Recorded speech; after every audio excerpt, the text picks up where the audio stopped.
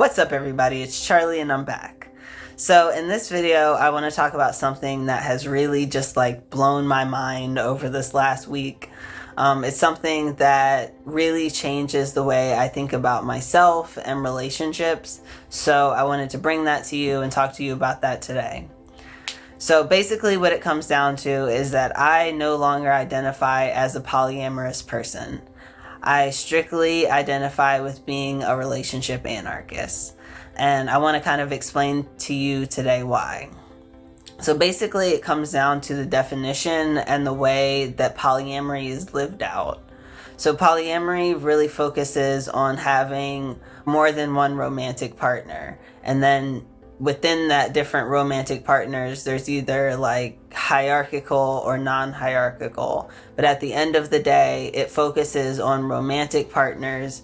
And then after that comes friends, family, everything else. But romantic partners are still at the core. And that's why when you talk about kitchen table polyamory or thruples, all of that type stuff is all around kind of like the nuclear family situation. Relationship anarchy, on the other hand, kind of abolishes all of those boundaries. Instead, we talk about relationships being defined for what they are by what is happening in them versus the specific label. So instead of having multiple romantic partners, I just have relationships.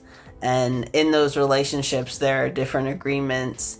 And some of them are romantic and some of them aren't, but they all have the opportunity to enter into whatever kind of agreement that we both are okay with. And that brings me to the smorgasbord. The relationship smorgasbord is kind of like a template for you to kind of choose what things you want in your relationship.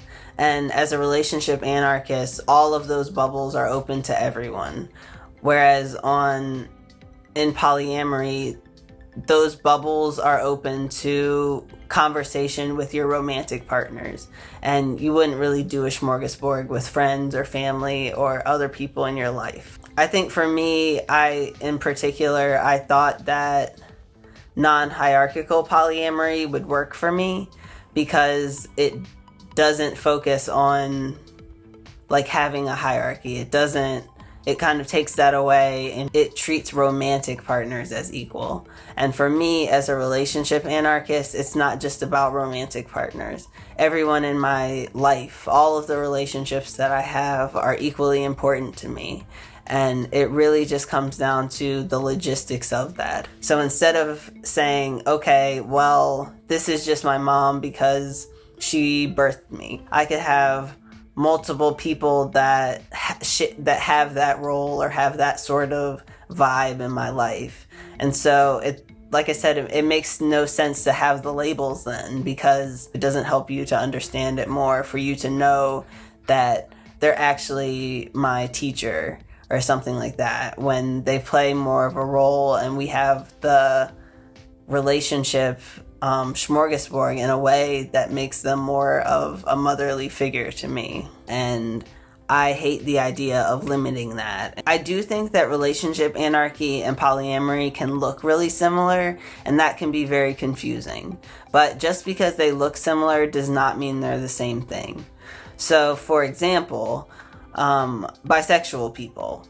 When a bisexual person is in a relationship with a man or a woman or whoever else they choose to be into, depending how you define bisexuality. But either way, whatever relationship that they're in or type of relationship that they're in, they're still at the end of the day bisexual.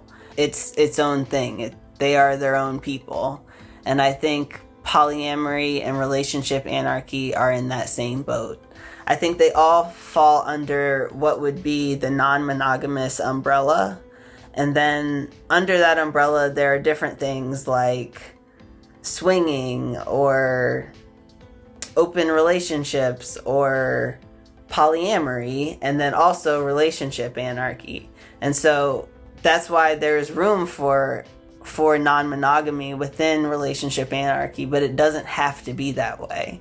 So there could be a relationship anarchist who's only made one romantic agreement, And so they look like they're monogamous, but the way that they approach relationships is that everyone is equal, everyone's on the same footing. We make smorgasbords and treat everyone according to how we relate to each other and how we want to be treated.